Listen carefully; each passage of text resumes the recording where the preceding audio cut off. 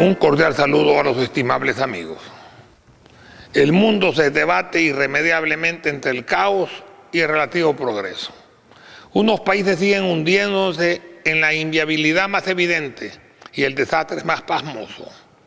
Otros se mantienen en su posición histórica con pequeños altibajos, aceptando un destino que no tiene por qué ser inamovible de permanecer siendo lo mismo.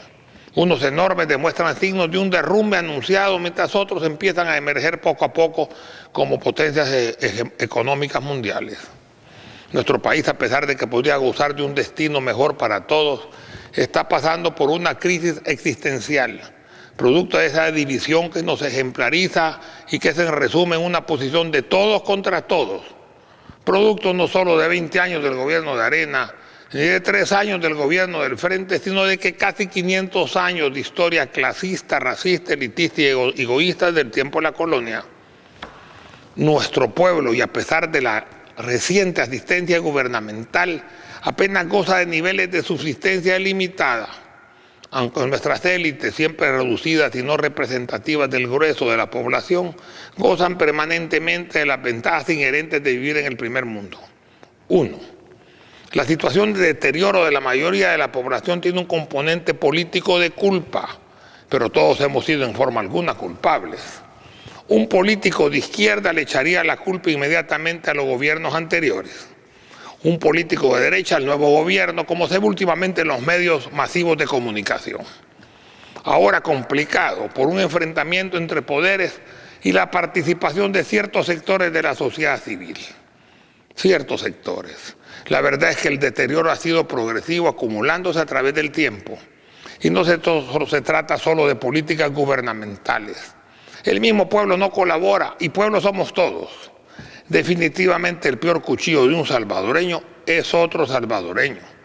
Y aunque no nos quieren en otras partes como entidad colectiva, debemos al menos aprender a querernos entre nosotros mismos. Es cierto que esto es parte de la naturaleza humana, pero con cierta dosis adicional de agravamiento por ser salvadoreños, ya que nos gusta ir siempre a los extremos. Definitivamente se necesita unidad y acercamiento de todos los sectores, pero lamentablemente ha sucedido todo lo contrario, y últimamente agravado aún más por el aparecimiento de grupos de izquierda moderada y por parte de la sociedad civil que se han aglutinado aún sin quererlo con la oposición política de derecha, al menos en los ataques al gobierno. 2. Sabemos lo difícil que es gobernar, y más aún en las condiciones actuales donde nuestro gobierno apenas tiene un pequeño margen de maniobra. León Tolstoy ya lo decía, es más fácil hacer leyes que gobernar. Yo le agrego, y todavía es muchísimo más fácil decirlo que hacerlo. La unidad solicitada se ha convertido en una desunión generalizada.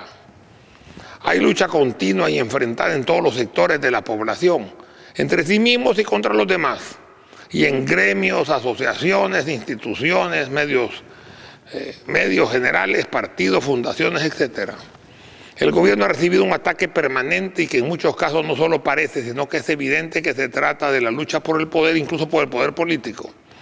Este ataque ha sido coordinado desde un inicio, con una oposición sistemática a todo lo que haga, una puntualización desmedida a cualquier error o desatino político y un ocultamiento de las obras adecuadamente realizadas.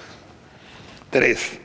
Se justifican los ataques antes de las elecciones, pero ya vamos más de 3 años de una crítica destructiva permanente que cambia de matiz y cada vez que la anterior campaña ya roza el aburrimiento por repetición continua.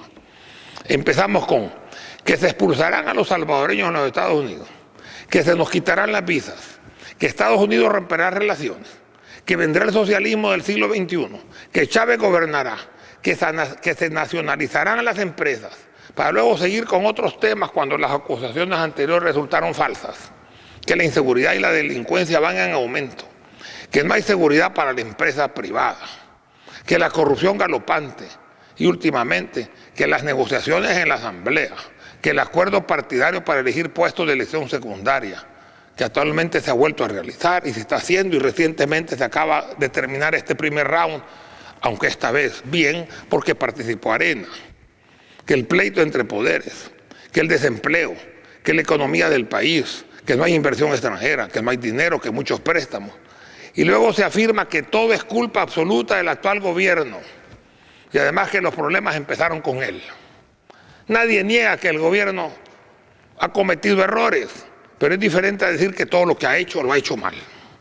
En cuanto a los problemas reales, algunos son rumores, otras son maniobras aceptadas en toda democracia representativa, otras son males endémicos que siempre fueron aceptados y que si bien son negativos no pueden corregirse de tajo, sino que se necesita un proceso de cambio. Otras son producto de nuestra condición de país subdesarrollado, agobiado adicionalmente por la crisis mundial y nacional. Otros se derivan de la misma campaña exagerada, repetitiva y constante de los mismos medios.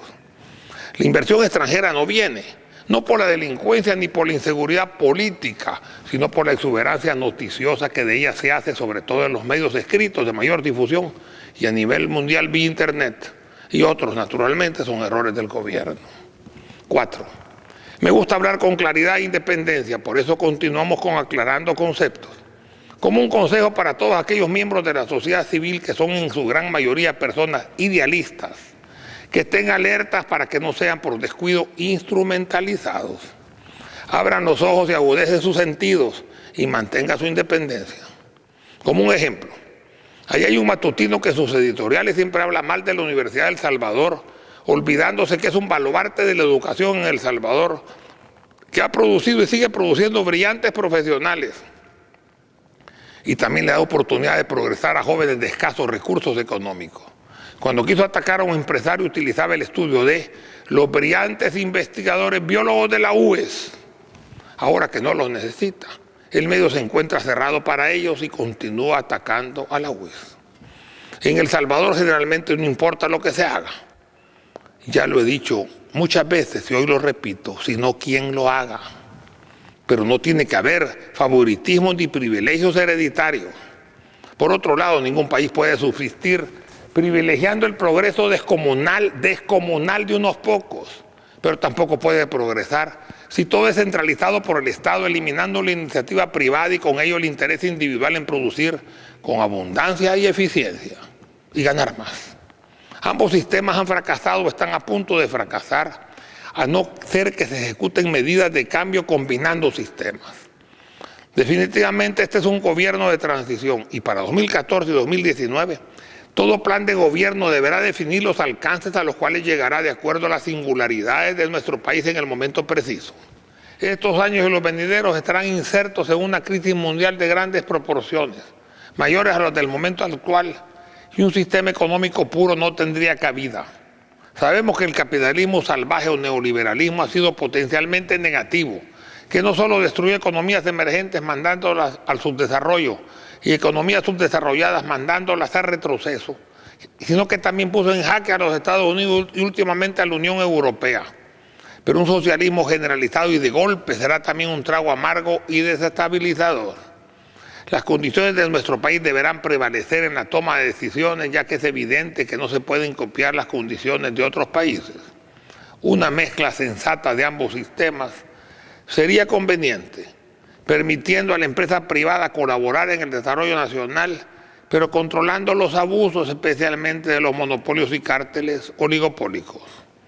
Definitivamente la empresa privada es un motor importante de desarrollo nacional, pero no puede dejarse que opere sola, con las condiciones libres del mercado, porque en primer lugar un mercado libre es utópico, porque el mercado siempre es manipulado por los grandes, los de adentro y los de afuera. 5. Por otro lado, al delito de evasión y la práctica legaloide de elusión, se le une esa exoneración legal de todos los impuestos para ciertas empresas, cuya tradición de no pagar nada y que les ha sido otorgado en forma vitalicia, al menos hasta ahora, no encaja con la política actual de focalizar o incluso de eliminar subsidios, especialmente perjudicando a la clase media. Y además considerando que en el caso del IVA, hasta la canasta básica, incluyendo la sal, el frijol, el maíz y las medicinas pagan IVA. Los ingresos del Estado nunca serán suficientes con esas exoneraciones onerosas. En la década de los 60 se establecieron leyes de fomento industrial, beneficiando con ello a muchas empresas fantasmas que no contribuyeron al desarrollo industrial buscado. La exoneración de impuestos, de renta, fiscales, municipales, de importación y exportación, incluyendo dólares preferenciales, degradó las finanzas del Estado y dio comienzo a esa abultada deuda externa que hoy alcanza límites casi insostenibles. Se premiaba sobre todo a las industrias nuevas, que generalmente eran la parte final del proceso fabril, sin grandes inversiones, sin fomento de empleo, sin tecnología propia, sin planes de inversión a futuro, incluso con desplazamientos y la quiebra de miles de artesanos. Resultado, poco desarrollo, empleo disminuido, finanzas en deterioro, micro y pequeña empresa desplazada. A finales de la década de los 80, un nuevo apoyo a la industria nacional, esta vez a expensas de la agricultura. En el caso del café, a los cultivadores se les pagaba a 2.50 de Colón por $1, un cambio oficial en la práctica inexistente, y se permitía que los exportadores beneficiadores del café lo vendieran al cambio paralelo que empezó a 4.10, luego a 5, hasta llegar alrededor de los 8.50 de Colón por $1. Con los dólares sobrantes se subsidiaban las importaciones de materia prima industrial, incluyendo un producto terminado, los medicamentos, todo a 2.50 por $1. Negocios redondos, aunque terminó por deprimir aún más al eje cafetero y a la agricultura en general. El golpe fue dado por un gobierno de derecha, el primero de Arena, contra los fieles defensores de dicho partido, el sector cafetalero. Bien se dice que la cuña para que apriete tiene que ser del mismo palo. Ahora, en estos años recientes, se mantienen subsidiadas las importaciones a través de los TLC vigentes, que en algunos casos también otorgan beneficios a nuestro país, aunque en otros casos solo hemos otorgado beneficios sin casi no recibir algo en cambio. Ahí hay millones que podrían ajustarse sin necesidad de tocar los subsidios de la clase media. Sexto, el desarrollo de la agricultura logrando nuestra autosuficiencia alimentaria es un reto para todo gobierno, y ningún gobierno anterior lo ha logrado, ni siquiera este, al menos no todavía. Corregir esa escasez crónica de granos básicos y los altibajos de los precios, generalmente al aumento, debe ser tarea prioritaria y poco se ha hecho hasta ahora. Véase la reciente subida escandalosa de la harina de trigo. Además, la fábrica de empleos prometida no puede nunca lograrse solo con empleos industriales, comerciales o de servicios, ya que la infraestructura y la inversión son de decenas de miles de dólares por cada plaza. Por consiguiente, hay que apostarle a 3 grandes áreas donde cada plaza puede realizarse con un par de cientos de dólares. La agricultura, el comercio informal, al menos transitorio, mientras el Estado puede dar las condiciones favorables de un trabajo digno de acuerdo a principios constitucionales, y el fomento y fortalecimiento de la micro y pequeña empresa, MIPES. 7. El comercio informal debe tratar de ordenarse y regularse, y no debe pensarse solo en el centro capitalino. Debe considerarse que a nivel nacional alrededor del 60% del comercio es informal. 8. En general deberá fomentarse el crecimiento y la instalación de empresas que utilicen un gran porcentaje de mano de obra y que además utilicen materias primas nacionales. Fomentar el agro es importante, pero debe complementarse con la agroindustria buscando mecanismos de investigación e innovación. 9. Fuera de ello y considerando políticas de Estado, El Salvador no puede ser socialista del siglo XXI a los Chávez, porque no dispone de dinero para las nacionalizaciones e intervenciones, ni tampoco de los técnicos suficientes y con capacidad empresarial para manejar estatalmente las empresas. Pero una dosis de socialismo no debe temerse, incluso es conveniente.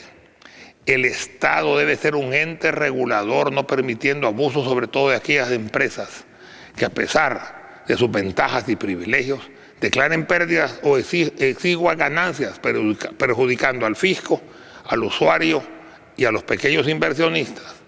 Y también controlar las tarifas de servicios, muchas veces tan desproporcionadas, que la inversión capitalista de las mismas se recupere en 1 o 2 años o incluso hasta en meses. Y aunque no se declaren incluso más, las ganancias fabulosas y se pagan los impuestos. 10. Finalmente debe mantenerse los subsidios y asistencia social a las clases más desposeídas y buscar el alivio también de la clase media, evitando que ella sea, como ahora, la que cargue con la austeridad fiscal y dirigiendo esa responsabilidad a los que tenemos más. Muchas gracias.